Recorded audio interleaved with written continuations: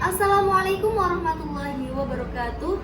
Perkenalkan, nama saya Dewi Hajar dari Fakultas Agama Islam, Prodi Pendidikan Agama Islam, Universitas Islam Malang.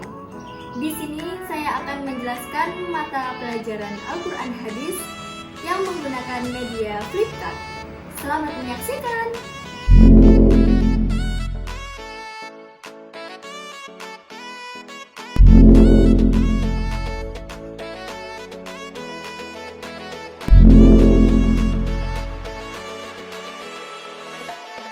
Jadi di sini saya akan menjelaskan mata pelajaran Al-Quran Hadis bab 1, yaitu dengan judul Al-Quran dan Hadis sebagai pedoman hidupku.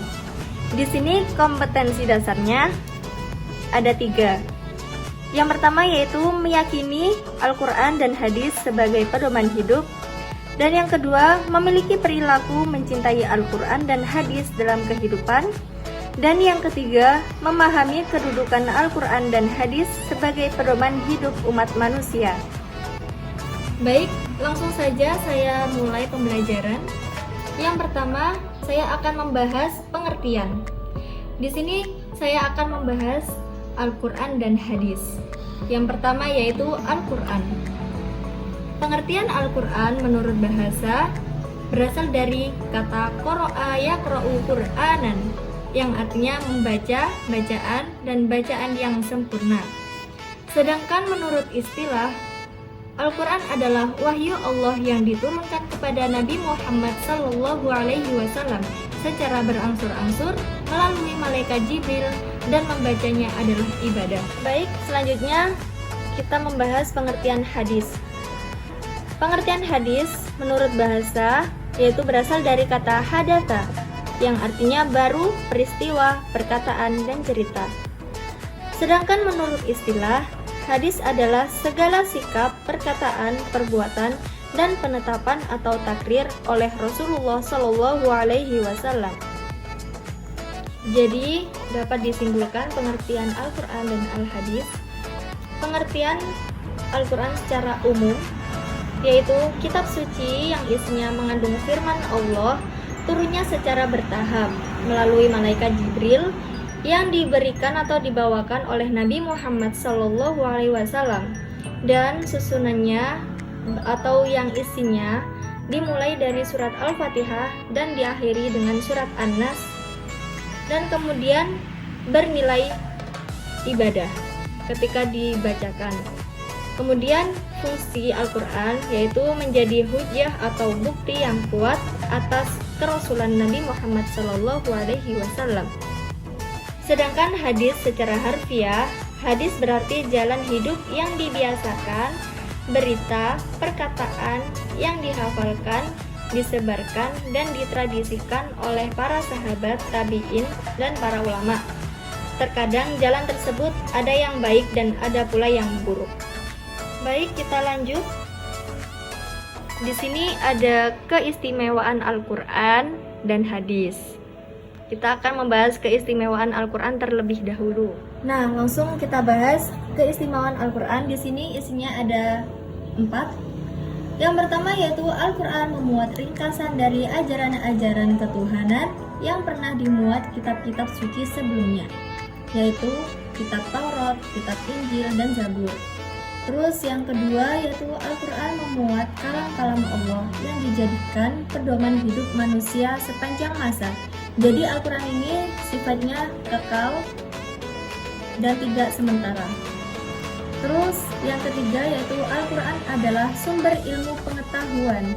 Jadi semua sumber ilmu pengetahuan itu berasal dari Al-Quran. Di dalam Al-Quran banyak sekali ilmu-ilmu pengetahuan di dalamnya.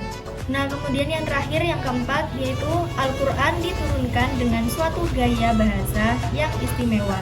Di sini bahasa yang istimewa maksudnya yaitu bahasa Arab. Terus kemudian juga mudah difaham dan dibaca oleh orang-orang, dan ketika dibaca itu bernilai ibadah bagi orang yang membacanya. Jadi itulah yang dimaksud dengan istimewa. Lanjut, kemudian tadi sudah dibahas keistimewaan Al-Quran, selanjutnya yaitu keistimewaan hadis. Hadis di sini sebagai warisan Rasulullah SAW. Nah, di sini hadis keistimewaannya yaitu memiliki kedudukan yang penting setelah Al-Quran. Jadi sama-sama penting dan kedudukannya di bawah Al-Quran, setelah Al-Quran. Dan di sini saya tulis hadis sama dengan as-sunnah. Ini maksudnya adalah hadis itu nama lainnya as-sunnah, atau bisa jadi hadis itu sama dengan as-sunnah. Tetapi beberapa ulama mengatakan bahwa hadis dan as-sunnah ini berbeda. Jadi beberapa ulama ada yang mengatakan bahwa hadis dan as-sunnah ini berbeda.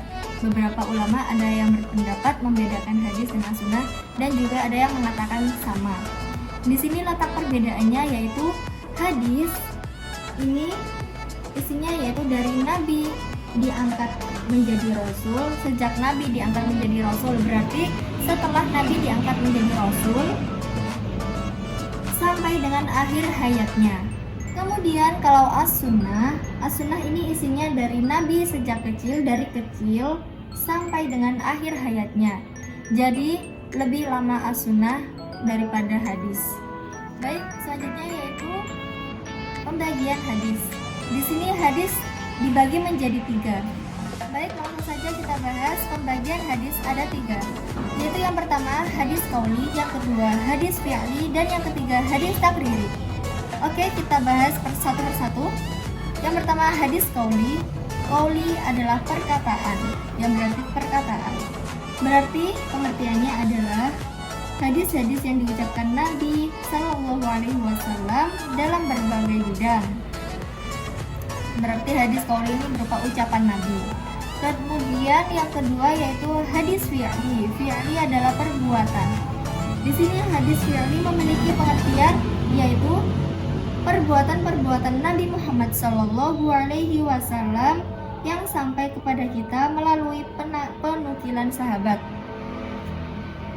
Jadi di sini hadis fi'li termasuk perbuatan Nabi. Kemudian yang ketiga yaitu hadis takriri. Takriri yaitu ketetapan. Di sini ada pengertian hadis takriri yaitu keadaan Nabi Muhammad SAW yang mendiamkan, tidak berkomentar, dan tidak menyanggah serta menyetujui apa yang dilakukan oleh para sahabatnya. Jadi pada saat itu sahabat melakukan sesuatu perbuatan, kemudian Nabi tidak berkomentar tentang perbuatan sahabat tersebut. Nah, itu termasuk yang disebut dengan keyakinan Nabi. Baik, kemudian lanjut ke materi selanjutnya yaitu fungsi Al-Quran secara umum dan fungsi hadis terhadap Al-Quran. Pertama, saya akan membahas fungsi Al-Quran. Fungsi Al-Quran. Al-Quran sebagai kitab Allah yang menempati posisi sebagai sumber pertama. Jadi Al-Quran ini sumber pertama dan utama dari seluruh ajaran Islam. Nah, baik mengatur hubungan manusia dengan dirinya sendiri, hubungan manusia dengan Allah Subhanahu wa Ta'ala, dan hubungan manusia dengan sesamanya, serta hubungan manusia dengan alam. Jadi kita akan membahas fungsi Al-Quran secara umum. Yang pertama yaitu sebagai sumber ajaran atau hukum Islam yang utama, sudah saya jelaskan tadi. Kemudian yang kedua, sebagai konfirmasi dan informasi terhadap hal-hal yang tidak dapat diketahui oleh akal. Yang ketiga, petunjuk manusia ke jalan yang lurus. Dan yang keempat, sebagai pengontrol dan pengoreksi terhadap ajaran-ajaran masa lalu, yaitu di dalam kitab Injil, Zabur, dan Taurat. Baik, selanjutnya yaitu fungsi hadis. Di sini fungsi hadis secara umum adalah sebagai sumber ajaran atau hukum Islam yang kedua setelah Al-Quran. Jadi ini hadis dijadikan sebagai sumber hukum kedua setelah Al-Quran. Baik, langsung saja, karena tadi saya jelaskan hadis adalah sebagai sumber hukum kedua setelah Al-Quran. Jadi hadis memiliki fungsi terhadap Al-Quran. Nah, yang pertama yaitu mengukuhkan hukum yang sudah ada di dalam Al-Quran. Jadi semua hukum-hukum di dalam Al-Quran lebih dikuatkan lagi dengan hukum-hukum yang ada di hadis, supaya lebih kuat lagi. Terus yang kedua yaitu memerinci ayat-ayat Al-Quran yang global. Terus yang ketiga, menetapkan hukum yang belum terdapat dalam Al-Quran. Jadi buat hukum-hukum yang belum ada di dalam Al-Quran nanti bakalan dijelaskan di dalam hadis sebagai pelengkap dari hukum yang belum ada di dalam Al-Quran. Dan kemudian yang terakhir yaitu membatasi keumuman ayat Al-Quran. Baik, seperti yang sudah saya jelaskan tadi, hadis biasa juga dimaknai atau dinamakan dengan sunnah. Nah, di sini dijelaskan mengikuti sunnah Nabi merupakan bukti kecintaan kepada Allah Subhanahu wa Ta'ala. Nah, ini ada dalilnya, yaitu Quran Surat Ali Imran ayat 31 yang berbunyi, A'udzu billahi minasyaitonir rajim. Bismillahirrahmanirrahim. Qul in kuntum tuhibbunallaha fattabi'uni yuhibbukumullah wa yaghfir lakum dzunubakum wallahu ghafurur rahim. Yang artinya, katakanlah, jika kamu benar-benar mencintai Allah, ikutilah aku. Niscaya Allah mengasihi dan mengampuni dosa-dosamu. Allah Maha Pengampun lagi Maha Penyayang.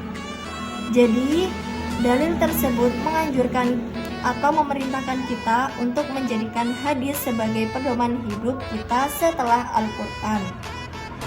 Baik, itu saja materi yang kita bahas kali ini tentang Al-Quran dan hadis sebagai pedoman hidupku. Sekian penjelasan mata pelajaran Al-Quran hadis yang menggunakan media Flipkart dari saya. Apabila ada kesalahan dan kekurangan di dalam video, saya mohon maaf yang sebesar-besarnya. Wassalamualaikum warahmatullahi wabarakatuh.